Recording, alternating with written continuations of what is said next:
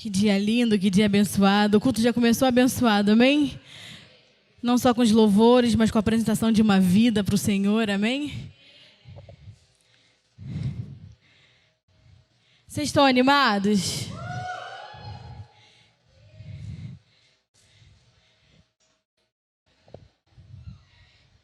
Em nome de Jesus, que você possa abrir o seu coração para a palavra do Senhor, amém? Para tudo aquilo que vai ser ministrado. O pastor Bruno me pegou de surpresa, porque era ele que ia ministrar. Só que por conta da agenda acabou mudando. Então a palavra que o Senhor tinha me dado, Ele tinha me dado para o culto de primícias. Então vocês vão ser agraciados com uma antecipação aí do culto de primícias. Vamos chamar de pré-primícias, amém? Glória a Deus. Deus sabe de todas as coisas, amém? Obrigada. Como o pastor Bruno falou, nós vamos continuar a palavra que nós ministramos domingo passado. Domingo passado nós falamos a respeito de Atos 4. Falamos a respeito aonde Pedro vai diante do povo e diante dos governantes da terra, justificar que não tinha sido ele que tinha curado aquele homem que estava coxo, né, durante 40 anos, à porta do templo, que está lá em Atos 3. E ele vai se justificar no sentido de dizer que não é ele que fez, mas foi Cristo, amém? O Cristo ressuscitado, o poder que há em Cristo Jesus. E a palavra que nós estudamos vai dizer então que eles são presos, julgados, mas não houve nenhuma condenação sobre eles, porque era nítido o sinal, amém? Era nítido a cura daquele homem, né? As pessoas conheciam aquele homem durante muitos anos à porta do templo, conheciam tanto Pedro como João, e não tinha como negar aquilo que havia sido feito, a cura que havia sido feita. E a palavra vai dizer que até os governantes ficaram maravilhados com Pedro e João, por conta da eloquência, de tudo aquilo que eles estavam falando acerca de Cristo, e tiveram que reconhecer que verdadeiramente eles andaram com Jesus, amém? Que verdadeiramente eles estiveram com Jesus.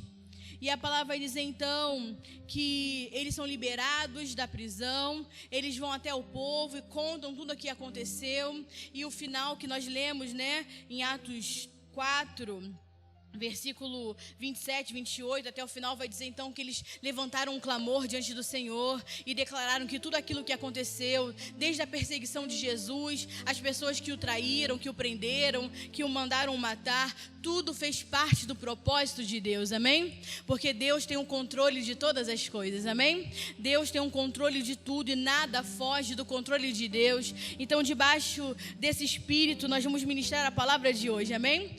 Sabendo que Deus tem o controle de tudo, amém? Deus está no controle de tudo.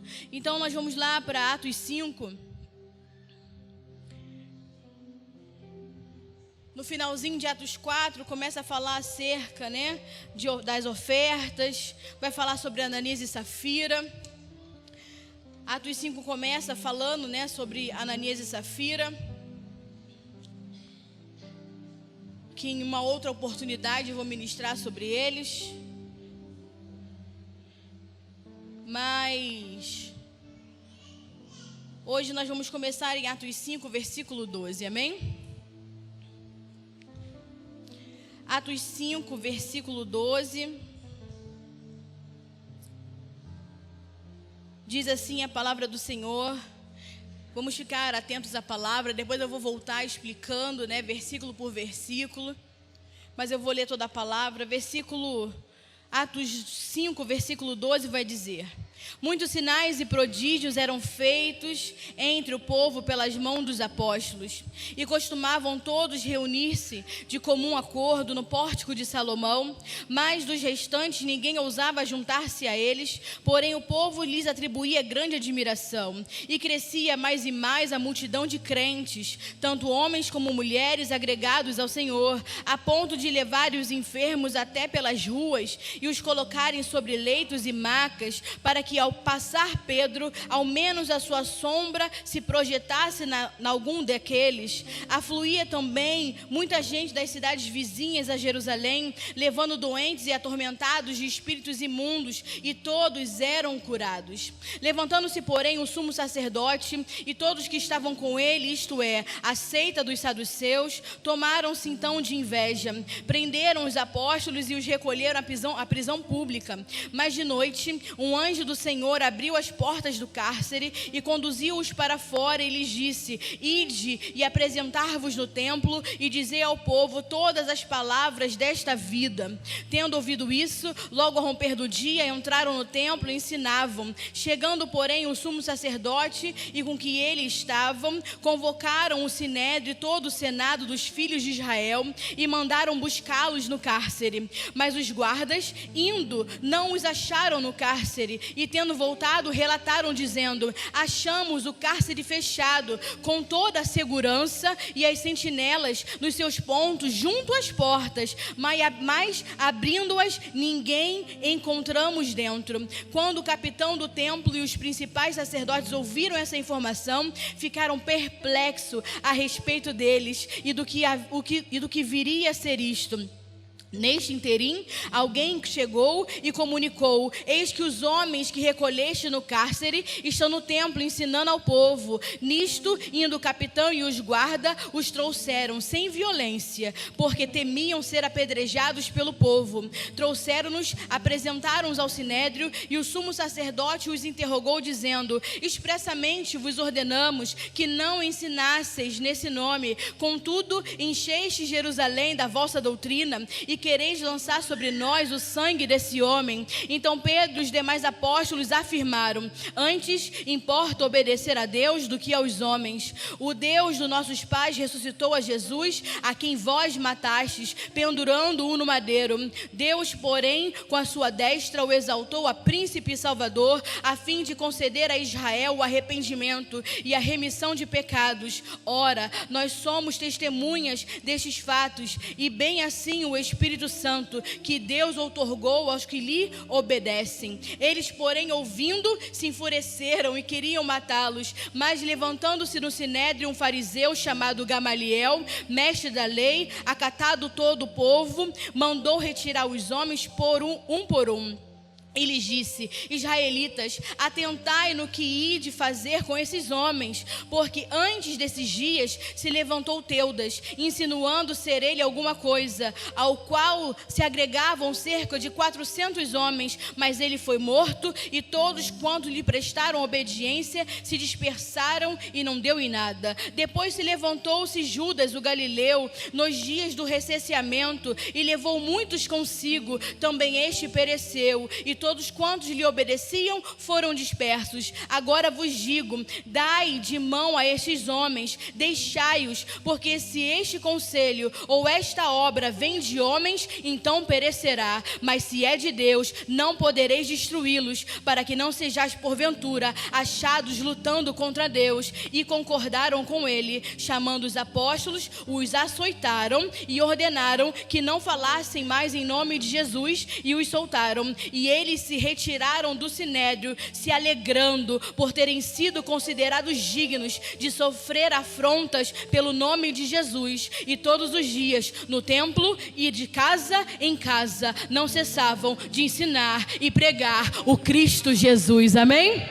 Vamos orar. Senhor, obrigada, Senhor, por esse tempo. Obrigado pela sua palavra, Senhor. Obrigada por tudo aquilo que o Senhor tem compartilhado, Senhor, com a sua igreja. Que possamos abrir a nossa mente, que possamos abrir o nosso coração, Senhor, para que a tua palavra, que é vida, venha gerar a sua vida em nós, Senhor. Que possamos crescer, Senhor, no conhecimento da tua palavra, mas como foi dito, não para ficarmos sábios como os homens dessa terra, mas para podermos crescermos em ti, crescermos na sua vida, para que a cada dia sejamos cheios, Senhor, de ti, Senhor, até todos chegarmos à estatura do homem perfeito. Fala conosco, Senhor, que possamos manter a nossa mente, nosso coração aberto para tudo aquilo que o Senhor quer nos ensinar, e que possamos, Senhor, estar alimentados de ti, saciados de ti, Senhor, em nome de Jesus. Se você crê, diga amém.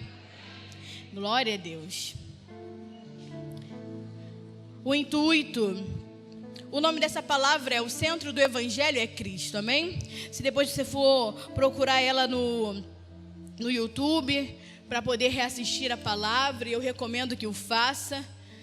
O nome da palavra é o centro do Evangelho é Cristo.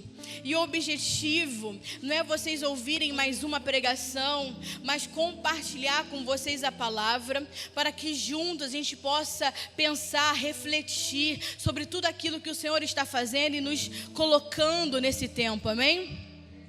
Então que a gente possa juntos como corpo refletir em tudo aquilo que o Senhor vai falar conosco, amém? Mantenha o seu coração aberto, né? O Senhor quer tratar algumas coisas conosco, então Ele começou no domingo passado e hoje Ele vai trazer um novo nível de maturidade a essa palavra, amém? Então, o que é importante a gente começar a entender? Que quando a gente lê o livro de Atos, quando a gente lê acerca de Atos, é importante a gente entender que nós vamos ler aqui algo novo para eles. Tudo isso era novo. Por quê? Porque na cabeça dos judeus, na época de Jesus, a ideia de que Deus pudesse vir morar dentro deles, a ideia de um Deus residente, passava muito longe do entendimento deles. Então, essa era uma ideia que para eles, né, era nova. Eles estavam, tanto os discípulos como o povo que estava se convertendo, que a palavra vai dizer que se somavam a eles multidão de crentes. Então tudo aquilo era novo para eles, né? Eles não tinham esse tipo de relacionamento com Deus. Então essa ideia era nova. Então eles estavam aprendendo a lidar com tudo isso, né? O Deus que os judeus conheciam não era um Deus pessoal, mas era só um Deus de ouvir falar.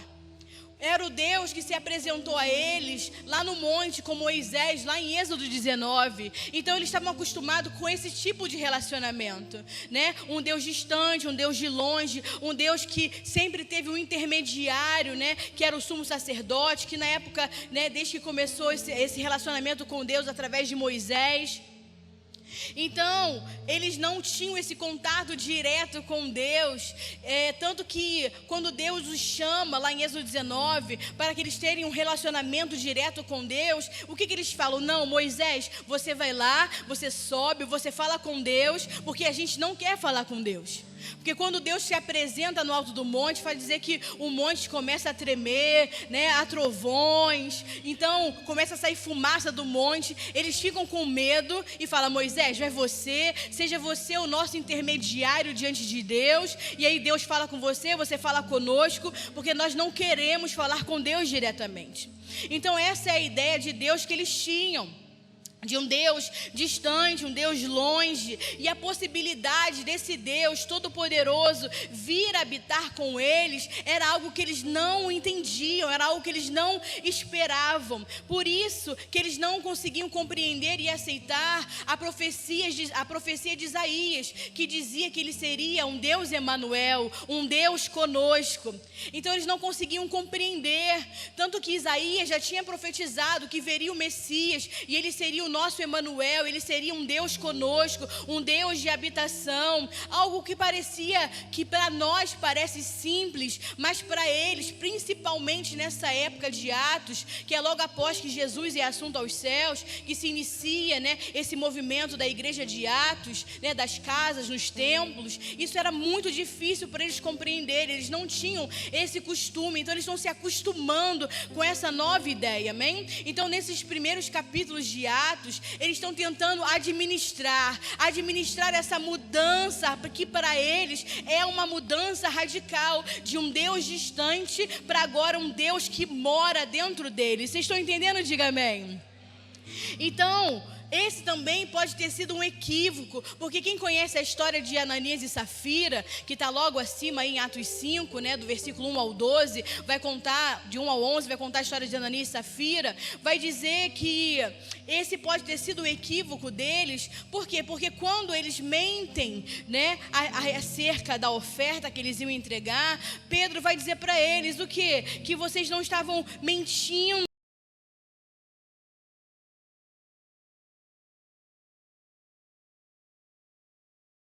que agora o Deus não era mais um Deus distante, era um Deus residente. Então eles começam a entender esse processo, né? Não era uma coisa fácil de se entender, não era uma coisa fácil de se viver. E eu penso que até nos dias de hoje a igreja continua com dificuldade de também entender que há um Deus que habita dentro de nós. Ainda hoje a igreja tem dificuldade de entender que nós não temos um Deus de visitação, nós temos um Deus residente. Nós temos um Espírito que habita dentro de nós, a vida do próprio Cristo, do próprio Deus. E se para eles era difícil de entender, se para nós hoje já fica complicado, as pessoas parecem não entender até hoje como que um Deus pode habitar dentro de nós, como o próprio Deus, a vida do próprio Deus pode habitar em nós. Imagina para eles e ainda se relacionar com esse Deus. Então eles se relacionavam com um Deus externo, com um Deus distante, que vivia no céu. Mas agora eles precisam desenvolver essa intimidade, desenvolver esse relacionamento, um relacionamento do nosso Deus, do nosso Senhor, do nosso Cristo, do nosso Emanuel, que verdadeiramente é Deus conosco, amém? Que verdadeiramente é um conosco. Então por isso que quando você vem ao culto, você não vem ao culto para encontrar com Deus, você vem ao culto porque Deus já te encontrou. Você não vem ao culto, você não vem à igreja, você não vem ao prédio da igreja para encontrar com o Senhor. Você vem porque Ele já te encontrou, porque Ele já te escolheu, porque Ele já te amou, porque Ele te trouxe até esse lugar. Então, independente da circunstância hoje, Deus é conosco. Deus está em nós, Deus habita em nós, Deus está conosco o tempo todo, porque o Espírito de Deus habita dentro de nós. A palavra vai dizer que o Espírito de Deus se mesclou, se fundiu, se amalgamou ao nosso espírito e agora Ele habita dentro de nós. Ele se fundiu de uma tal forma que não tem como mais separar. Independente do que você faça, independente de você ficar ou não na igreja, não tem como mais esse Espírito se apartar de você. Por isso, então, que Pedro vai falar para Ananias e para Safira: você não mente aos homens, você está mentindo para o Espírito de Deus, porque inclusive você pode mentir para esse Deus que está dentro de você. Inclusive, as pessoas não, por isso que eu digo que até hoje a igreja não entende que há um Deus que habita dentro de nós, porque você continua fazendo a sua vontade, o seu querer, mentindo a homens, achando que você está enganando aos homens, e você pode até estar, mas a Deus você não consegue enganar. Porque quando você mente, você está mentindo para o Deus que habita dentro de você. Quando você faz a sua vontade, quando você arma as suas estratégias, que você tenta enganar o seu pastor e o seu líder, mas Deus sabe de todas as coisas. Deus está vendo todas as coisas. E as pessoas acham que vai passar batido tudo aquilo que elas fazem, mas não vai, porque elas se esquecem que há um Deus presente habitando dentro delas. Há um Espírito de Deus que é vivo, que habita dentro delas. Porque Deus mora em você. Então Deus sabe tudo que você faz. Deus sabe tudo aquilo que você pensa. Deus sabe tudo aquilo que você é. Por isso que a palavra vai dizer para nós lá em 2 Coríntios 5:10. Vai dizer para nós o quê? Porque importa que todos nós compareçamos ao tribunal de Cristo, para que cada um receba segundo o bem e o mal que tiver feito por meio do corpo.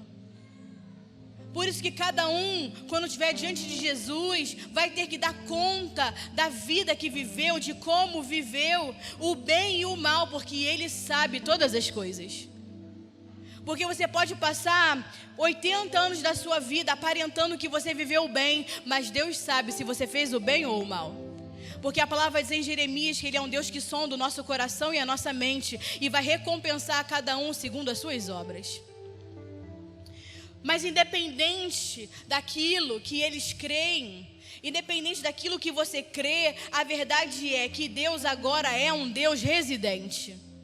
que Deus não é mais um Deus de visitação.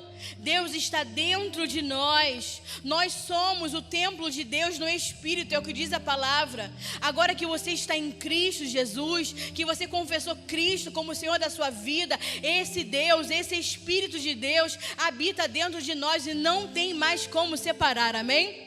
Por isso que Jesus vai falar lá em Mateus 28, versículo 20.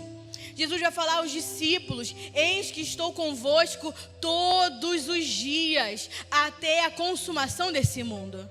Todos os dias o Senhor está conosco, até a consumação do mundo. Por quê? Porque Ele habita em nós, porque Ele está em nós, porque Ele vive em nós, porque Ele vive através de nós, amém, igreja? Então, depois, no versículo 11 vai dizer, de Atos 5, que depois de Ananias e Safira terem morrido e foram sepultados, as pessoas ficaram com um grande temor de tudo aquilo que aconteceu. E aí começa aí a nossa palavra em Atos 5, versículo 12.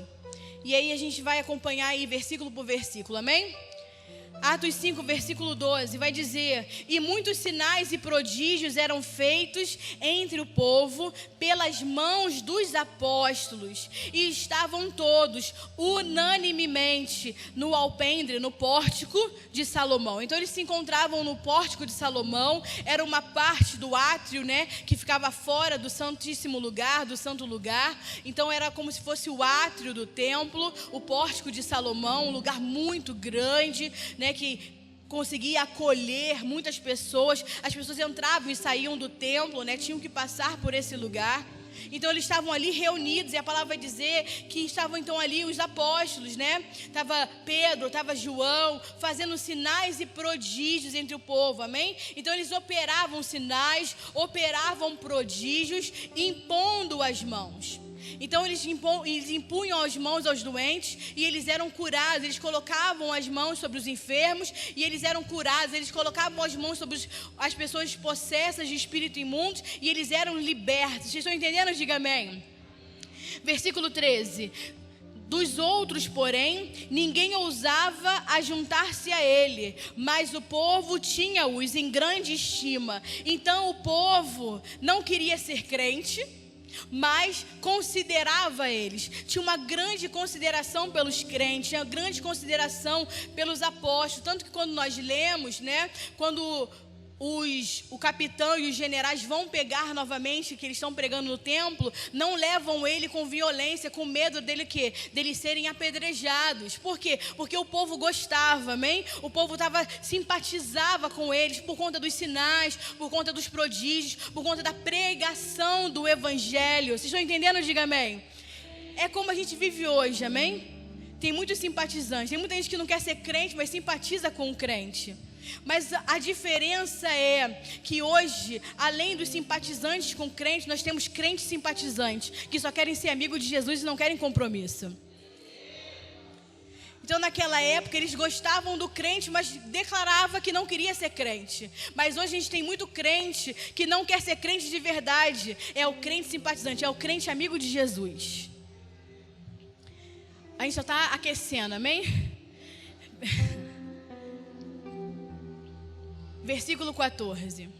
E a multidão dos que criam no Senhor, tanto homens como mulheres, crescia cada vez mais. Por conta do quê? Da pregação do evangelho, por conta dos sinais, por conta dos prodígios e por conta de tudo aquilo que Pedro ministrava, como nós lemos lá em Atos 4, amém? Lembra do discurso de Pedro, falando de Jesus, que ele era o Senhor, que ele é o Salvador, que ele ressuscitou ao terceiro dia, que não era por eles, era o poder que havia em Cristo Jesus, amém? Um poder para ressuscitar, para curar, para transformar. Vocês estão entendendo? Diga amém. Então, cada vez mais, né, as multidões se juntavam e tinha uns que eram simpatizantes, mas tinham outros que se agregavam, que se juntavam, que se convertiam a Cristo Jesus, e cada vez mais crescia o número de homens e mulheres crentes em Jesus, amém?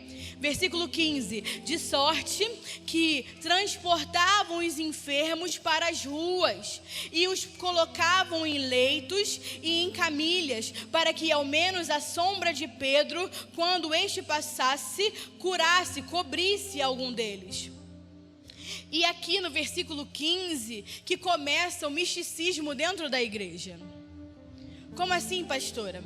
Porque como Pedro curou aquele homem de Atos 3, o homem coxo, né? Como eu falei no início, que há 40 anos estava naquela situação, e todos ficam maravilhados, né? Que Pedro vira e fala, não tem ouro nem prata, mas o que eu tenho te dou, levanta e anda. E aquele homem instantaneamente fica de pé, anda, entra no templo, e todo mundo fica maravilhado com aquilo. Então o que as pessoas falam? Eu vou começar a colocar então, as pessoas que eu conheço que estão enfermas, que estão endemoniadas, vou colocá-las pelo caminho que Pedro faz para chegar no templo. Para quê? Para quando a sombra de Pedro passar por eles, eles sejam curados, eles sejam libertos. Isso foi notório em toda a cidade. Aquilo que Pedro fez àquele homem coxo, assim como João, ficou notório em toda a cidade. Mesmo Pedro falando, como nós lemos semana passada, mesmo com o discurso de Pedro, dizendo que não foi ele, que foi Cristo que opera, que Cristo que faz, que é pelas mãos do Senhor que as pessoas são libertas e curadas, as pessoas ficaram, não, esse Pedro aí é muito poderoso. A ponto das pessoas pegarem os enfermos e colocar nas ruas. Entenda, as ruas não eram largas assim, tá? As ruas do templo, para chegar em Jerusalém, né, para entrar dentro do templo, são ruas estreitas, de 1 metro, 2 metros, muito estreito. Não eram ruas que passavam carros, amém? Eram ruas que transitavam pessoas. Então as ruas eram estreitas, né? No máximo você vê ali um camelinho passando, mas não passa carro. Até hoje assim, são ruas bem estreitas, né? Para chegar ao templo. Então as pessoas andam, as pessoas percorrem essas ruas, não tem carros que passam. Então, entendendo? Diga amém. Então, eles colocavam as pessoas ao longo da rua, porque pelo caminho que Pedro fazia, João fazia, que os apóstolos faziam, para entrar dentro do templo, né? Então, qualquer lugar que ele entrava, qualquer portinha que ele podia vir, né? Então, tinha lá pessoas sendo colocadas. Mas entenda, na esperança de quê? Na esperança que a sombra de Pedro curasse. E a gente escuta, né, as pessoas falando, não, porque a sombra de Pedro cura, amém. Mas a Bíblia não diz que era a sombra de Pedro que curava. A palavra não diz que era a sombra de Pedro que curava. A Bíblia diz que os apóstolos operavam sinais e prodígios através das suas mãos. A Bíblia não fala que era a sombra de Pedro. As pessoas que criam que quando ele passasse a sombra iria curá-los, e as pessoas ficavam curadas. Mas a Bíblia relata que eles impunham as mãos, amém? Que eles iam até os enfermos, que eles impunham as mãos, aí eles realizavam os sinais, os milagres, os prodígios. Vocês estão entendendo? Diga amém. Então, não foi ideia de Pedro. Pedro não fez uma campanha da sombra. Pedro não fez uma campanha, coloque seus enfermos pela rua que eu vou passar e minha sombra vai curar. Pedro não fez a campanha do corredor, que você coloca os enfermos e passa no meio e a sombra vai curando. Pedro não fez esse tipo de campanha, era a ideia das pessoas. As pessoas que tinham pessoas doentes em sua família, em suas casas, ou conheciam pessoas enfermas, pegavam elas e colocavam elas no caminho. Qual é o problema disso, pastor? O problema é que nós temos uma facilidade gigantesca de idolatrar homens. A igreja até hoje tem a facilidade gigantesca de idolatrar homens. Existem muitos homens usados por Deus, amém? Isso é inegável. Existem muitos homens que são cheios da unção, amém? Que tem uma unção de cura, né? Como diz lá a palavra em 1 Coríntios 12, que fala sobre o dom de curas. Tem pessoas que são cheias desse dom, e isso é inegável, amém? Mas nós temos que idolatrá-los? Não. Porque tudo que esses homens fazem e tudo que eles têm veio do Senhor Jesus. Tudo aquilo que eles fazem, que eles operam, é por meio de Cristo, não é por eles. Tudo que eles fazem é pela capacitação, que a unção significa capacitação, é pela capacitação do Espírito de Deus, é o próprio Cristo operando através deles, amém? Porque se Cristo saísse, se o Espírito fosse embora, aqueles homens não seriam nada. Entenderam até aqui? Diga amém. Versículo 16. E até das cidades circunvizinhas concorria muita gente a Jerusalém, conduzindo enfermos e atormentados de espírito, imundos, os quais eram todos curados, mas não pela sombra. A palavra não diz que a sombra de Pedro curava, mas pela imposição de mãos, porque eles levavam os enfermos e Pedro, João, os apóstolos passavam, impunham as mãos e eles eram curados. Eu vou dar, uma observação. Os aventais e os lenços que Paulo usava também curavam. A palavra vai dizer que os lenços de Paulo, que os aventais de Paulo curavam de verdade. Mas a Bíblia não diz que Paulo enviava esses aventais às pessoas. A Bíblia não diz que Paulo pegava os lenços e tacava nas pessoas. As pessoas roubavam os aventais e os lenços de Paulo, porque Paulo trabalhava fazendo tendas, amém? Então Paulo trabalhava com ferros para montar a estrutura das tendas. Vocês estão acompanhando? Diga amém. Então Paulo usava, Paulo trabalhava fazendo tendas, ele usava um avental, de quem trabalha com ferro. Vocês já viram, uns aventais de ferreiro. Então ele estava ali trabalhando. O que Paulo fazia? Ele tinha que parar, porque alguém chamava: Paulo, tem que vir aqui. Paulo, alguém está chamando ali. Aí ele tirava o avental, devia pendurar em algum lugar, deixar, ia atender as pessoas, ia pregar o evangelho. E quando Paulo voltava, já não tinha mais avental, já não tinha mais os lenços que ele usava para limpar as mãos, porque as pessoas pegavam, roubavam para poder colocar em cima dos enfermos, para poder cobrir os enfermos. As pessoas pegavam e colocavam em cima das pessoas que estavam possessas, e as pessoas eram curadas, eram libertas dos espíritos imundos. Mas Paulo não promovia isso. Pastor, e por que é importante saber disso? Para que a gente não venha inventar a campanha do avental, para que a gente não venha inventar a campanha do lenço ungido, porque Paulo nunca promoveu isso, Pedro nunca promoveu isso. Não é que não funciona, porque funciona. Funciona. Se eu pegar uma camisa, eu ungir, você crer, levar para sua casa, a sua mãe pode ser curada. Tem pessoas que são curadas da insônia, você coloca embaixo do travesseiro, funciona. Não estou dizendo que não funciona, mas eu estou dizendo que isso não faz parte da sã doutrina. Eu estou dizendo que isso não foi promovido por Paulo, isso não foi promovido por Pedro. Escuta o que eu vou te falar com cuidado. Vocês estão prontos para ouvir? Diga amém. Quem não estiver pronto, faz assim. Sinais, prodígios e milagres não estão no centro do Evangelho. O centro do Evangelho é Cristo. O centro do Evangelho é Cristo. É pela vida de Cristo que nós somos transformados. É pela vida de Cristo que nós nos moldamos a Ele. É pela vida de Cristo que nós somos aperfeiçoados. É pela vida de Cristo, pela verdade, quem é Cristo, que nós somos libertos. É pela vida de Cristo que nós somos transformados. É pela vida de Cristo que nós somos levados a fazer a vontade do Pai, a pregar o Evangelho, a fazer discípulos, porque o centro do Evangelho é Cristo. Nós não podemos substituir Cristo pelos sinais, pelos prodígios, porque Cristo é o centro do Evangelho. Lucas 11, 27 ao 30 vai dizer assim: quando Jesus dizia essas coisas, uma mulher da multidão exclamou: feliz é a mulher que te deu a luz e te amamentou. E ele respondeu: antes, felizes são aqueles que ouvem a palavra e obedecem. Porque isso se trata o Evangelho, ouvir e obedecer a palavra do Senhor. Feliz não é aquele que me deu a luz, que me fez o milagre de dar luz, porque dar a luz é um milagre de Deus, amém? Então feliz não é isso, ser feliz são as pessoas que ouvem minha palavra, que obedecem a minha palavra. E ele vai continuar dizendo: aumentando a multidão, Jesus começou a dizer: essa geração é uma geração perversa, porque elas pedem sinais miraculosos, mas nenhum sinal lhe será dado, exceto o sinal de Jonas. Pois assim como Jonas foi um sinal para os ninivitas, o Filho do Homem também será um sinal para essa geração. Qual é o sinal que ele estava aguardando ao povo? É Cristo sendo morto e ressuscitado naquela cruz. O que a igreja precisa de sinais de maravilhas? O que a igreja precisa é crer num Cristo que morreu e ressuscitou e nos deu vida juntamente com Ele.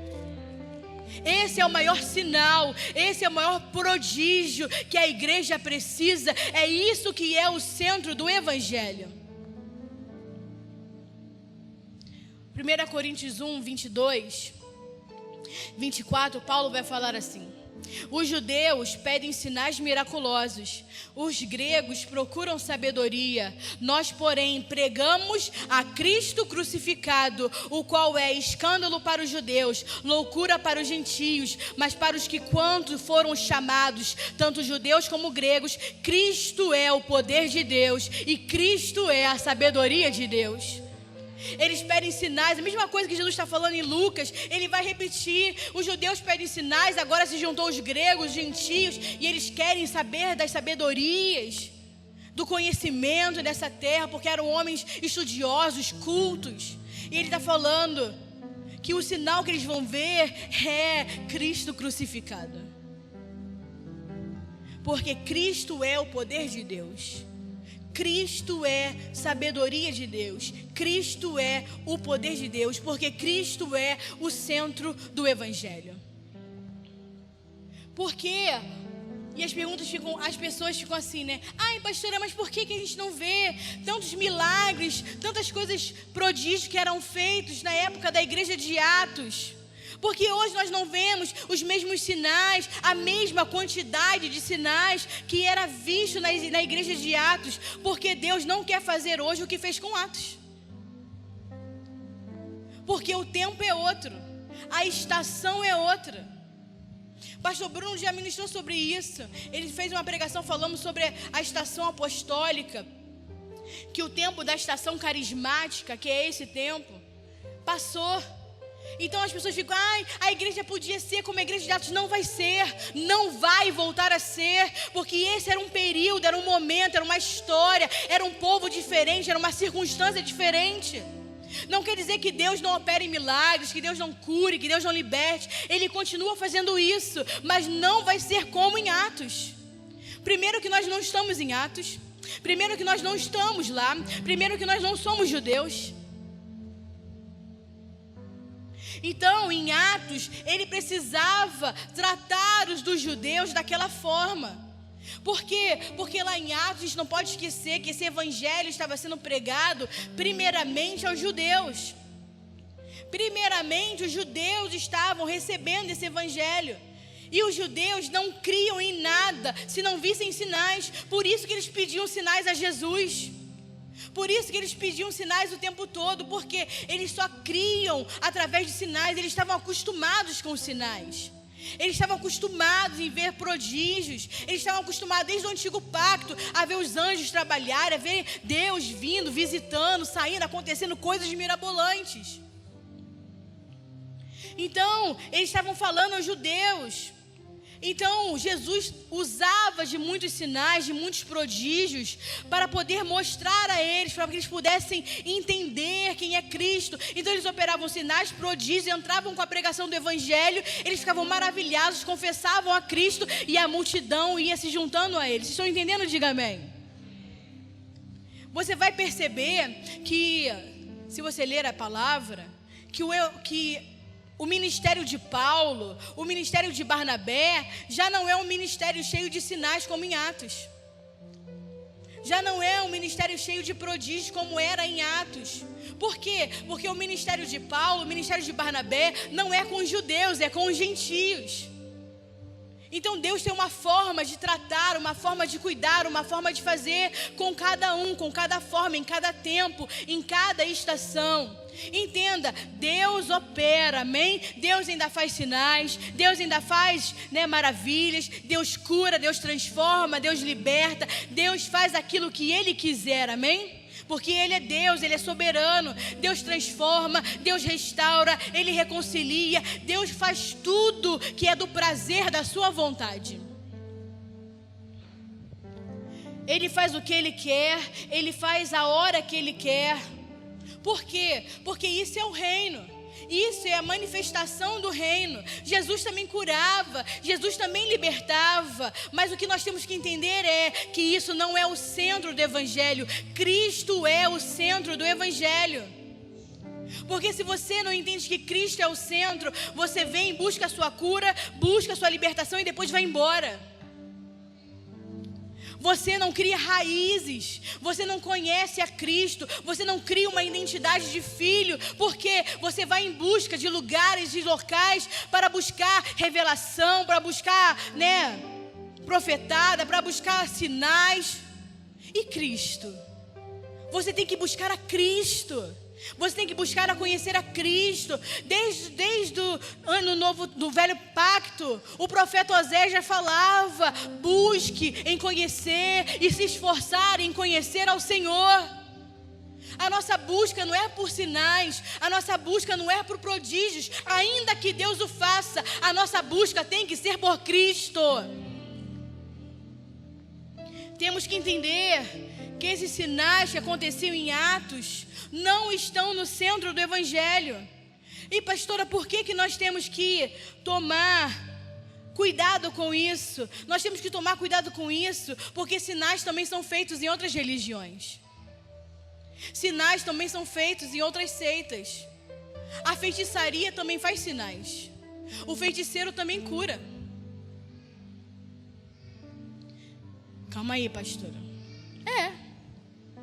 Nós também vemos sinais, também vemos milagres acontecendo em outras religiões, aonde o fundamento não é Cristo, aonde o centro não é Cristo, aonde a base não é Cristo. Você pode procurar uma feiticeira, alguém que trabalha com bruxaria, também vai fazer milagres, também opera sinais, mas o fundamento não é Cristo. E essa é a diferença, que Cristo não é o centro, e tudo que não é Cristo é engano. Tudo aquilo que Cristo não é o centro, que Cristo não é o fundamento, que Cristo não é a razão, é engano. Então nós temos que tomar cuidado, porque tem muita gente mal intencionada querendo enganar o povo de Deus. Ah, pastora, isso é coisa que acontece fora. Não, Mateus 7:21 vai falar a respeito.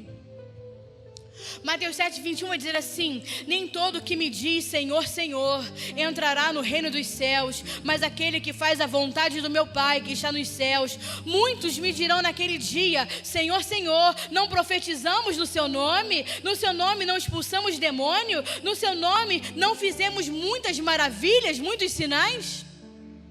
E Deus vai falar assim para eles: e lhes direi abertamente: nunca vos conheci, apartai-vos de mim, vós que praticais a iniquidade. Todo aquele, pois, que escuta estas minhas palavras e a pratica, será semelhante ao homem prudente, que edificou a sua casa sobre a rocha. Desce a chuva, correm os rios, assopram os ventos e combatem contra aquela casa, mas essa casa não cai, porque estava edificada sobre a rocha.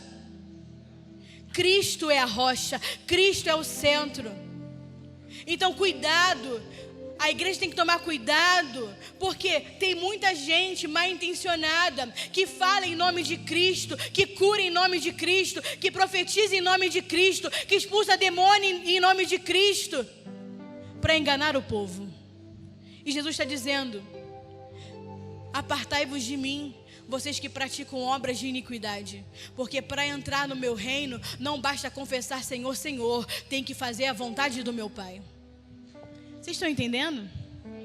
Então vamos continuar a nossa conversa, amém? Então nós não recebemos o Evangelho por meio de sinais, nós recebemos o Evangelho por revelação do Filho. A palavra vai dizer em Mateus 16, que Pedro vai falar, tu és o Cristo, o Filho do Deus vivo. Ele vai falar, não foi carne nem sangue que te falou isso, mas foi o meu Pai. Quem te revelou foi o Pai. A revelação de Cristo, a revelação de Jesus, né? O ensino desse evangelho não chegou até nós por meio de sinais, é pela revelação de quem é Cristo. A palavra vai dizer que aprove a Deus, foi pelo prazer do Pai, dar a conhecer o mistério que estava oculto. Nós entendemos e aprendemos e conhecemos acerca de Cristo, não foi através de sinais, não é através de prodígios, é pela revelação, porque o Pai o deu a conhecer a nós. O que Deus está fazendo nessa estação é nos amadurecer. O que Deus está fazendo conosco nesse tempo, que não é mais o tempo de Atos, nessa estação, o que Deus está fazendo com a sua igreja é amadurecê-la. Deus está nos amadurecendo. Por quê? Porque não adianta curar o corpo de quem vai ser disciplinado quando Jesus voltar. Porque não adianta libertar uma pessoa que vai viver fora da vontade e da vida de Deus. Porque a palavra vai dizer o quê? Que aquele que tem a casa limpa e vazia, se sai da presença, se sai de Cristo, volta 7 vezes pior do que o primeiro. Então o que Jesus está fazendo com a sua igreja hoje é amadurecê-la. Porque não adianta curar aquele que vai ser disciplinado, não adianta libertar aquele que vai voltar às suas velhas práticas, que não vai ficar firme em Cristo, que não tem Cristo como centro, que não tem Cristo como fundamento, porque vai ficar pior do que o primeiro estado. Porque não adianta você ser liberto, ser curado, se você vai viver uma vida fora da vontade, fora do padrão da vida de Deus. Não sei eu que estou dizendo. Olha o que... Vocês estão bem? Estão indo bem, né? Amém? Glória a Deus. Olha o que Jesus vai falar em Mateus 5. Não sei o que estou dizendo, é Jesus, tá? Está na Bíblia. Mateus 5, não foi eu que escrevi. Foi o Espírito de Deus. Mateus 5, versículo 29, o próprio Jesus vai dizer: se o seu olho direito o fizer pecar, arranque-o e lance-o fora. É melhor perder uma parte do seu corpo do que todo ele ser lançado no inferno. Quem é, pastora? Jesus está falando. Se o seu olho direito te faz pecar, arranque-o fora. Porque é melhor perder uma parte do seu corpo do que todo ele ser lançado no inferno. Ser lançado no inferno aqui não é entrar na condenação eterna, porque nós somos salvos em Cristo Jesus, amém? Olha o que Jesus está preocupado. A preocupação de Jesus não é com o seu corpo físico. O que ele está dizendo é que é melhor você entrar no reino com um olho só do que ficar fora do reino. Ele está falando, melhor você entrar no reino com um olho só do que você ficar com os 2 olhos e ficar fora do reino. E ser disciplinado, que ir para o inferno é ser disciplinado no fogo.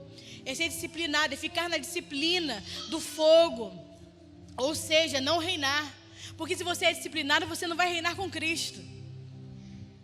Então ele está dizendo, é melhor, se seu olho te faz pecar, se sua mão direita te faz pecar, arranca, lança fora. Porque é melhor ficar com um olho só, com uma mão só e entrar no reino, do que ficar com os 2 e ser disciplinado e ser lançado no inferno. Que esse inferno é para condenação, é para disciplina. É melhor ficar com um olho só, com um braço só e você reinar com Cristo, do que ficar com os 2 e você não reinar. Deus não está preocupado com o nosso bem-estar físico antes de estar preocupado com o nosso bem-estar eterno. É isso que a palavra está dizendo. A primeira preocupação de Jesus, a primeira preocupação do Senhor é com o meu bem-estar eterno, é com o seu bem-estar eterno. Porque quando essa vida acabar, a verdadeira vida começa. Então preste atenção, igreja. Olha como, não foi eu que estou dizendo, Jesus falou sobre isso. E se nós olharmos a história, Olha como Paulo morreu, Paulo foi decapitado. Será que Deus não tinha poder para livrar ele depois de tudo que Paulo fez? Pedro foi crucificado de cabeça para baixo. Tomé morreu atravessado por lanças. João, antes de ser levado para a ilha de Patmos e morrer lá na ilha de Patmos, a palavra vai dizer que ele foi lançado em um caldeirão de óleo fervente. Tiago foi decapitado. Antes de ser, ele foi decapitado, e aquele que condenou ele, a palavra vai dizer que foi comido de bicho. Aí Deus falou assim: pô, o cara que vai matar Tiago vai ser comido de bicho. Eu não podia então livrar Tiago dessa. Entenda, a prioridade de Deus não é com o nosso bem-estar aqui. A preocupação de Deus é com a nossa vida eterna, é com o nosso bem-estar eterno. A preocupação de Deus é fazer com que você reine com Ele. Não fique pensando que Deus está querendo torturar você, porque Deus não está. O que nós temos que entender e amadurecer é o quê? O que eu quero dizer? O que Deus está querendo dizer conosco nesse dia é que existem circunstâncias, existem situações que nós precisamos viver aqui, e Deus não vai nos livrar dela, porque é necessário para amadurecer.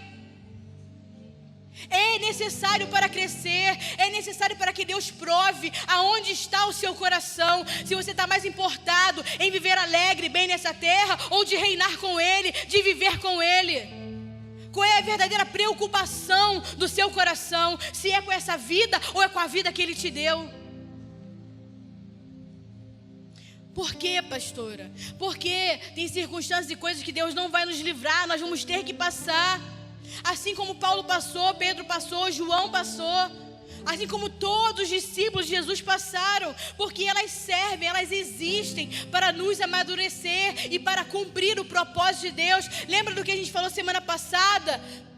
Jesus foi perseguido por Herodes, Pôncio Pilatos, foi traído por Judas, mas tudo faz parte do propósito de Deus, tudo cooperou com o propósito de Deus, tudo que aqueles homens fizeram contra Jesus é para o propósito de Deus. Deus já escreveu todas as coisas. Por quê? Qual é o critério para reinar? Qual é o critério de alguém para que alguém reine com Cristo? Qual é o critério que a palavra nos ensina? Perder a própria vida. O critério para que você reine é você renunciar à sua vida, é você negar a si mesmo, é você perder a sua vida, porque a palavra vai dizer: quem perder a vida por amor de mim, achá-la-á. E em primeira instância, eu não estou falando de você morrer fisicamente, é você morrer para o seu eu, para o seu querer, para a sua vontade, e se necessário for, entregar a sua vida como os discípulos de Jesus entregaram. Você quer reinar com Cristo? Diga amém. Então eu espero que você tenha entendido o que isso implica. O que implica reinar com Cristo. E você deveria fazer essa oração todos os dias: Senhor, não me deixa ficar fora de maneira nenhuma desse reino. Essa tem que ser a sua oração: Senhor, não me deixe de maneira nenhuma ficar fora desse reino. E aí você fica firme e espera. Por quê? Porque Deus vai te matar em todos os sentidos. Deus vai matar o seu ego, a sua soberba, a sua presunção. Ele vai matar a sua arrogância. Ele vai matar a sua justiça própria. Ele vai matar o seu orgulho. Deus vai te esmagando. Deus vai te humilhando. Por quê, pastora? Porque reinar é ser exaltado. Reinar com Cristo é ser exaltado. Ser, um participante desse reino é ser exaltado. Mas para ser exaltado, a palavra vai dizer que primeiro você precisa se humilhar. E como Deus conhece o homem, sabe que ele é incapaz de se colocar em uma posição de humilhação, então Ele vem e te humilha. Porque se Ele fosse esperar o homem mesmo se humilhar, não ia ter um com Ele no reino. Então Deus vem e te humilha. Para quê? Para que você não esqueça da forma que você precisa ser, da forma que você precisa ter, para que você não esqueça que você precisa ser aperfeiçoado a uma forma, a um modelo, a um padrão que é Cristo para reinar.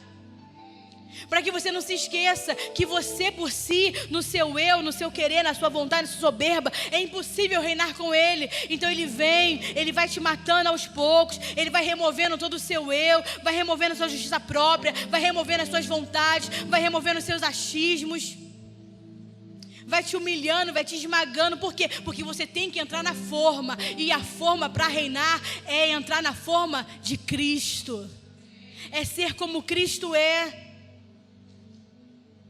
A igreja não deveria celebrar a salvação. Como assim, pastora? Porque a salvação é uma responsabilidade de Deus. Você não fez nada para merecer a salvação. A salvação, o mérito todo é de Cristo. Ele fez tudo. Ele morreu no meu lugar, ainda sendo nós pecadores, afundados em nossos delitos, afundados em nossas ofensas, sabendo ainda que nós éramos pecadores, se entregou por nós naquela cruz para provar o seu amor para conosco. Então a igreja não deveria celebrar a salvação, porque a salvação é responsabilidade de Deus. O que nós deveríamos celebrar é o que? É buscar maturidade. A igreja deveria celebrar e buscar maturidade. A igreja deveria celebrar e buscar ser conformada a Cristo, porque esse é o propósito da igreja: amadurecer. Então nós deveríamos celebrar o aperfeiçoamento, que Deus está nos esmagando, que Deus está nos humilhando. E isso deveria ser motivo de estarmos alegres. Isso deveria ser motivo de passar, como Paulo vai dizer, como Pedro vai dizer, de passar pelos mesmos sofrimentos que Cristo passou. Por quê? Porque é Cristo, é o Senhor nos conformando à sua imagem, é nos conformando a quem Ele é. E é nisso que a igreja deveria celebrar, ser conformado, amadurecer, para chegar à estatura do varão perfeito. Porque esse é o propósito de Deus, que todos nós estejamos conformados a Ele. E entenda, a paixão por Cristo, a paixão pelo reino, converte todo sacrifício em privilégio. A paixão por Cristo, a paixão por esse reino, que é o reino de Cristo, transforma todo sacrifício em privilégio. Pastora, mas é loucura viver assim? O evangelho é loucura para uns, mas é poder de Deus para outros. Esse é o evangelho do Senhor. Para outros é loucura, mas para aqueles que o conhecem, sabem que é poder de Deus. Cristo é poder de Deus. Cristo é sabedoria de Deus. Então, você dá conta dos processos? Você consegue dar conta das provas que Deus te faz passar? Ou você ainda é aquele menino imaturo que revida tudo, que se defende de tudo? Porque uma criança reage a tudo. Eu vou dar um exemplo. Eu gosto de brincar de luta com Samuel. O pastor Bruno não gosta. O pastor Bruno é da paz. Mas eu gosto de brincar de luta. A gente brinca de jiu-jitsu. Eu dou uma banda nele. Aí ele vem com a espada, ataca em mim. Aí eu pego outra espada, ataco nele. Depois eu pego a nerf, saio atirando, rebocando ele pela casa. É um ringue de luta. Então, o que acontece? O que acontece com a criança? Quando ele está quietinho, eu vou lá e dou um tapa nele. Vamos lá brincar. O que ele faz? Ele automaticamente revida. Então ele vem, parte para dentro, ele pula em cima de mim, não quer nem saber. Aí eu fico, ai, mamãe é menina. Ele, você que começou. Aí vem, pá. E chuta, e soca, e pega espada, e pega nerf. Por quê? Porque a criança reage a tudo. Ela se defende, ela briga, ela bate. Mas a prova de maturidade é que você já não fica dando soco em todo mundo que te provoca. Você não fica revidando todo mundo que te provoca. Porque os meninos reagem assim, os imaturos reagem assim. Mas o homem maduro não fica reagindo a todo soco em todo mundo que provoca ele. Eu quero muito que você reine com Cristo, amém? E eu estou aqui para te ajudar. Eu estou aqui para que as circunstâncias, que você entenda que as circunstâncias são um instrumento para que você conquiste o reino. Olha para o irmão que está do seu lado. Fala assim, eu vou te ajudar a entrar no reino. Eu vou te perturbar até você amadurecer para reinar com Cristo. Amém. Porque o que seria de José se ele não tivesse sido vendido aos escravos, como escravo? O que seria de Daniel se ele não tivesse passado pela cova dos leões? O que seria de Mesaque, Sadraque e Abidnego se não fosse a fornalha? O que seria de Paulo sem as suas prisões? Porque a palavra vai dizer, porque as nossas leves e momentâneas tribulações produzem em nós um peso de glória excelente. E importa que por meio de muitas tribulações conquistemos o reino de Deus. Amém? Vamos lá, que ainda temos um tempinho. Versículo 17. Se a gente não terminar hoje, com certeza a gente vai terminar no culto de primícias. Vai dizer: e levantando-se o sumo sacerdote, versículo 17 de Atos 5, e todos que estavam com ele, e eram eles da seita dos saduceus, encheram-se de inveja, né? Nós falamos semana passada, havia dois grupos de judeus, os fariseus, que Jesus falava o tempo todo deles, que eles eram zelosos da lei, e eles acreditavam na ressurreição, né? E acreditavam nos anjos. Então tinha os fariseus e tinha o quê? Um outro grupo de judeus, que eram os saduceus, e esses não acreditavam na ressurreição dos mortos, amém? Então, quando os discípulos de Jesus pregavam que Jesus ressuscitou, esse povo ficava como? Endemoniado. Os saduceus ficavam endemoniados com muita raiva. Por quê? Porque eles não criam na ressurreição dos mortos. Versículo 18. E lançaram mão dos apóstolos e os puseram na prisão pública. O que é uma prisão pública? É uma prisão externa, onde todo mundo podia ver, amém? Então tinha a prisão interna, né, que ficava dentro, né, dos lugares, ficava dentro da rocha, assim, né, das construções. E tinha uma prisão que era externa, que as pessoas passavam e podiam ver os presos, amém?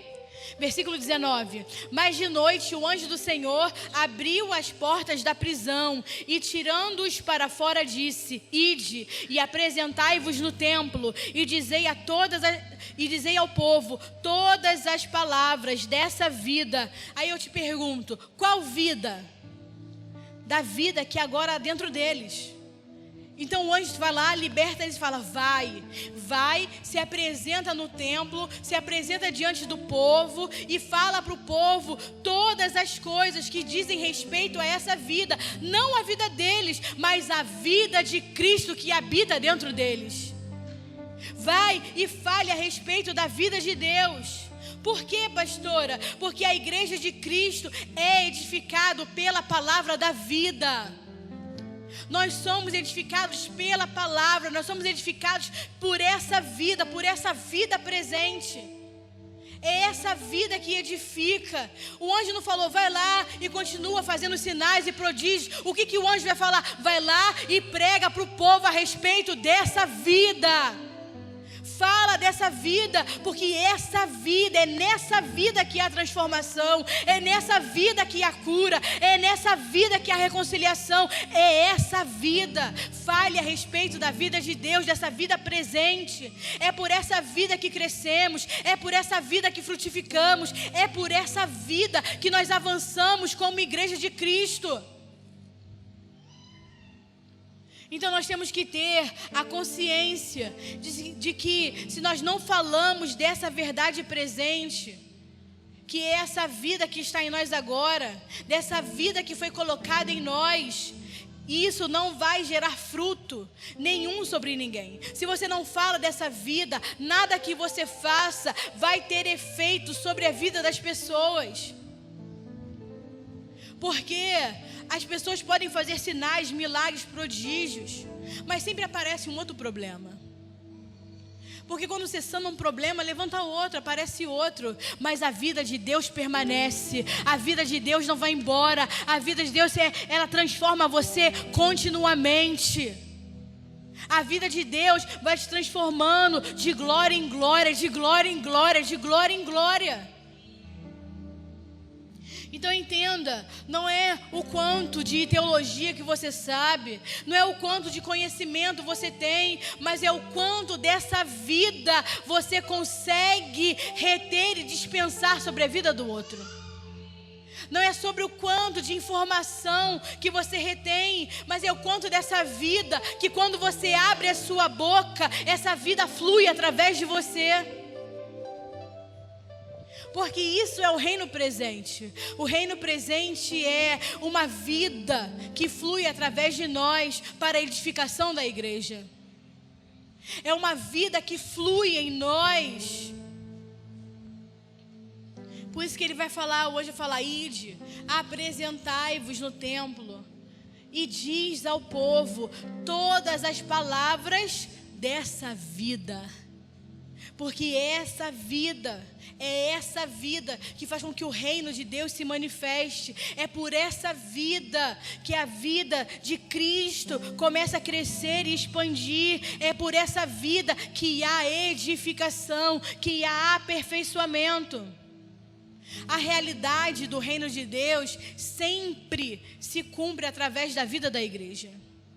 A realidade do reino de Deus só vai se cumprir se há vida na igreja, se há vida de Deus na igreja, porque o reino de Deus só se torna uma realidade aonde há vida, porque onde há vida, a vontade de Deus é feita. Porque eu só posso dizer que aqui está sendo estabelecido o reino, porque a vontade de Deus está sendo feita, porque aonde a vontade de Deus não está sendo feita, não há realidade do reino. Onde a vontade de Deus não está sendo feita, não há realidade presente do reino. Então, se você não faz a vontade de Deus na sua casa, no seu trabalho, onde você for, onde você estiver, você não está vivendo o reino. Porque o reino, ele só é manifesto se a vontade de Deus é feita. Por isso que Jesus vai ensinar, venha o teu reino e seja feita a tua vontade. Então, qual é a condição para o reino vir? A vontade de Deus ser feita. E só conseguimos fazer a vontade de Deus através da vida que flui em nós, através da vida de Cristo que flui através de nós. Então nós temos que deixar de ser inocentes, de ser meninos, porque no Brasil, pela cultura de colonização, de tudo que foi feito no Brasil, tudo aquilo que se fala em nome de Deus, as pessoas creem que é de Deus. Porque no Brasil, todo mundo que fala em nome de Deus fala, então é Deus. E não é assim. Nós temos que deixar de ser meninos, para que a gente não fique, como diz a palavra lá em Efésios 4, para que a gente não seja levado ao vento e à sorte, toda a doutrina, pela astúcia de homens. Porque o que nos transforma, como eu falei, não é o que nós conhecemos, não é o quanto de informação nós recebemos. O que nos transforma é o quanto da vida de Cristo nós recebemos. É essa vida que transforma. Porque essa é a promessa de Jesus. Qual é a promessa de Jesus? Do seu interior fluirão rios de águas vivas. Nós somos vida que flui. Nós somos vida que flui. Através de nós tem que fluir vida. Em nós tem que fluir vida. Através de você tem que fluir vida. Porque essa é a promessa de Jesus. Do seu interior fluirão rios de água da vida, porque essa vida que transforma, essa vida tem que chegar a todos, porque essa é a vida que vai trazer a verdade do reino para essa terra. E esse é o sinal do falso evangelho. Como eu falei lá em Mateus 7, muitos falarão Senhor, Senhor, mas nem todos que falam Senhor, Senhor vão entrar no reino dos céus, mas somente aqueles que fazem a vontade do meu Pai, porque é muito fácil dizer que Deus está falando e Deus não está falando nada. É muito fácil dizer, eis que te digo, e Deus não está dizendo nada. Porque tudo aquilo que Deus fala, Ele produz fruto. Tudo aquilo que Deus fala, Ele produz fruto de vida e não de morte. Porque a única coisa que vai morrer é o seu eu. Em Cristo, a única coisa que morre é o seu eu, seu querer, seu ego, sua vontade, sua vaidade. O velho homem. Mas tudo aquilo que Deus produz é para a produção de vida. A morte sai, o nosso eu sai, o velho homem sai, para que a vida seja produzida em nós. Eu vou dar um exemplo, né, que a Ashley contou pra gente, no rapaz lá de Guaratiba, que queria lá fazer o retiro, e ele era lá da igreja de Guaratiba. Acabou que ele não foi ao retiro, mas ele estava sendo acompanhado lá, né, Ash? Estava sendo acompanhado, bem acompanhado. Aí ele era de uma outra igreja, e essa outra igreja, né, virou para ele, o pastor da outra igreja virou e falou: Deus manda te dizer que tu tem que ficar aqui. E ele ficou. E sabe onde ele está? Desviado. Mas Deus não mandou ele ficar? Cuidado com o falso evangelho, porque nem todos que dizem Senhor, Senhor, está falando aquilo que o Senhor mandou dizer. Porque tudo aquilo que Deus fala, Ele sustenta. Tudo aquilo que Deus fala produz vida, ainda que o seu eu tenha que morrer, mas é para que a vida dele nasça, para que a vida dele apareça. Então você é um canal de Deus. Você foi gerado em Cristo Jesus para ser um canal de Deus, para ser um canal de vida, para fluir a vida de Deus. Você é a porta pela qual o Evangelho vai chegar às famílias. Você é a porta pela qual o Evangelho vai chegar aos lares, vai chegar aos jovens, vai chegar às crianças. Então nós temos que cultivar essa vida. Nós temos que preservar essa vida, nós temos que crescer nessa vida, para que a gente possa expressar Cristo em tudo aquilo que nós falamos, para que a gente possa anunciar verdadeiramente o Evangelho de Jesus, e que nada venha nos deter. Vocês entenderam? Diga amém. Versículo 21 vai dizer: e ouvindo eles isto, entraram de manhã cedo no templo e ensinavam. Chegando, porém, o sumo sacerdote e os que estavam com ele, convocaram um conselho e todos os anciãos dos filhos de Israel, e enviaram o cárcere para que trouxessem-o de lá. Mas indo até lá os servidores, não os acharam na prisão, e voltando lhe anunciaram, dizendo: achamos realmente o cárcere fechado, com toda a segurança, com todos os guardas que estavam fora, diante da porta, mas quando abrimos a porta, ninguém se achava dentro. Então esse anjo era expert. O anjo de Paulo deixou a cela aberta, mas esse anjo não, esse era profissional. Esse anjo tirou eles da prisão com os guardas. A palavra vai dizer que os guardas estavam lá, os sentinelas estavam lá, estavam os guardas dentro, estavam os guardas fora. A porta estava fechada, trancada. Tanto quando eles chegam lá, eles abrem a porta, tá lá os guardas, tá lá todo mundo, estava tomando conta dentro e fora da prisão, e ninguém viu o anjo tirando aqueles homens de lá. Esse era profissional. E quando eles chegam lá, ninguém foi achado dentro. Então o sumo sacerdote, versículo 24, o capitão do templo, os chefes dos sacerdotes, ouvindo essas palavras, ficaram perplexos. Quem não ficaria, né? Acerca deles e do o que seria tudo aquilo. E chegando anunciou-lhes dizendo: eis que os homens que acercaste na prisão estão no templo ensinando o povo. Então foi o capitão com os servidores e os trouxe, não com violência, porque temiam ser apedrejados pelo povo. Por quê? Porque o povo gostava daquilo que eles estavam ministrando. Lembra no início? Eles eram ali simpatizantes, né? E outros estavam se convertendo à medida que eles pregavam, e as multidões iam se chegando, as multidões iam se convertendo, homens e mulheres. Então, com medo do povo, eles vão levar eles, né, sem violência. E trazendo-os, os apresentaram a um conselho, ao sumo sacerdote, os interrogou dizendo: não vos admoestamos, não vos advertimos que não, nós expressamente, que não ensinasse nesse nome. Que nome? No nome de Jesus. E eis que encheste Jerusalém dessa vossa doutrina, da doutrina de Cristo, e quereis lançar sobre nós o sangue desse homem. Porém, respondendo Pedro e os apóstolos, disseram: mais importa obedecer a Deus do que aos homens. E entenda, quando Pedro fala, mais importa obedecer a Deus do que aos homens, essa frase é sobre uma proibição deles pregarem o Evangelho. Então tem homens, generais, governos, querendo proibir que eles preguem o Evangelho, amém? Tem muita gente que usa essa frase, né? Nós fomos, né? Não é sobre obedecer, que importa obedecer a Deus e não aos homens. As pessoas acabam usando para você não obedecer seu pastor, sua liderança. Cuidado, crente. Porque foi o próprio Cristo que colocou as lideranças, os pastores. Ele que deu, né? Profetas, apóstolos. Então ele não está falando sobre liderança. Ele está falando sobre pessoas que estão proibindo que o evangelho seja pregado. Porque o próprio Senhor nos organiza em liderança, o próprio Senhor nos organiza, né, em uma forma que a gente esteja sempre submetido a alguém, assim como Timóteo estava submetido a Paulo, Barnabé estava submetido a Paulo, Paulo estava submetido, né, ao povo que estava em Jerusalém.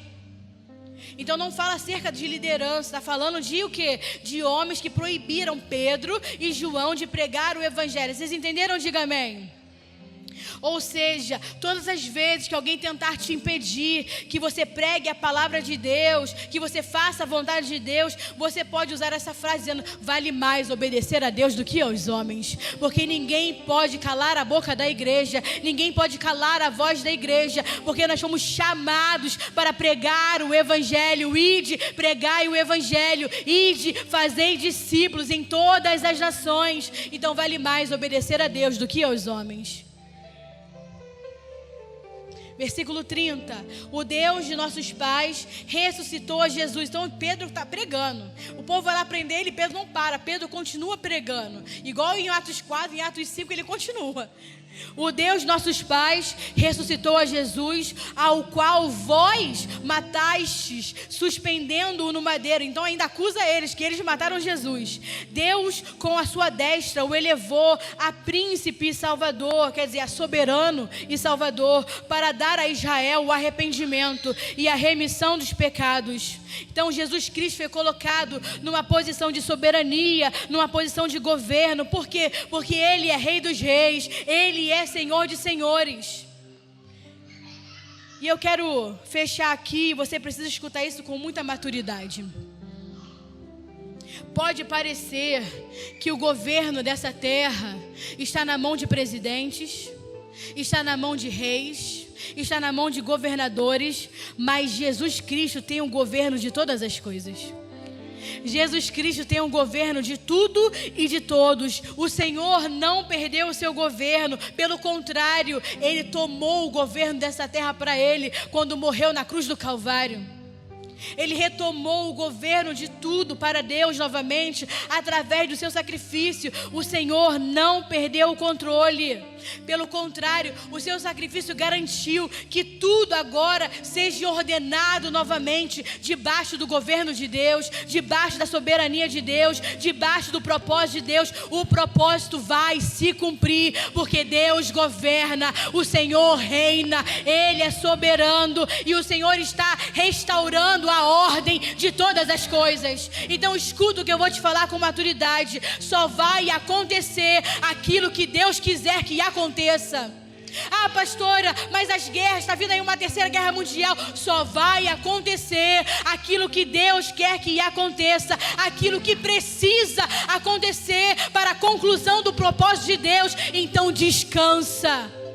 Porque, deixa eu te falar, igreja, não é Putin que governa, não é Lula que governa, não é o Biden que governa, não é o Kim Jong-un que governa, não é o Xi Jinping da China que governa. Quem governa é Cristo, quem reina é Cristo. Cristo foi colocado como príncipe, como soberano, como salvador de tudo e todas as coisas. Ele está sentado no mais alto trono. Esses caras pensam que governam, mas Deus está no controle. Assim como Herodes, assim como Pilatos, assim como Judas acharam que estavam fazendo algo que era bom, condenando Jesus à morte, mas não sabiam eles que era Deus os usando para o cumprimento do propósito. Então tudo que vai acontecer nessa terra, e as coisas vão acontecer, e tem coisas que vão piorar, e vai vir rumores e mais rumores e guerras, mas tudo está no controle de Deus. Só vai acontecer aquilo que for estritamente necessário para o cumprimento do propósito. Então, se você está em Cristo, não tenha medo, descanse, porque o Senhor está no controle, o Senhor está governando, o Senhor está cumprindo o seu propósito para que Ele venha. O que nós temos que fazer? Estar preparado para encontrar o seu Senhor. Você tem que estar preparado para encontrar o seu Senhor. Você tem que estar preparado fazendo a vontade de Deus. Você tem que estar preparado sendo encontrado, servindo ao Senhor, cumprindo a vontade de Deus, pronto para encontrar o seu Senhor. Porque como nós já falamos, como já dizemos, nós não sabemos nem o dia e nem a hora, mas Ele vem. A única coisa que nós temos que fazer é ser encontrados, fazendo a vontade de Deus, cumprindo a vontade do nosso Senhor, ser encontrado, cheio da sua vida, servindo a Ele, e tudo vai acontecer debaixo do controle de Deus.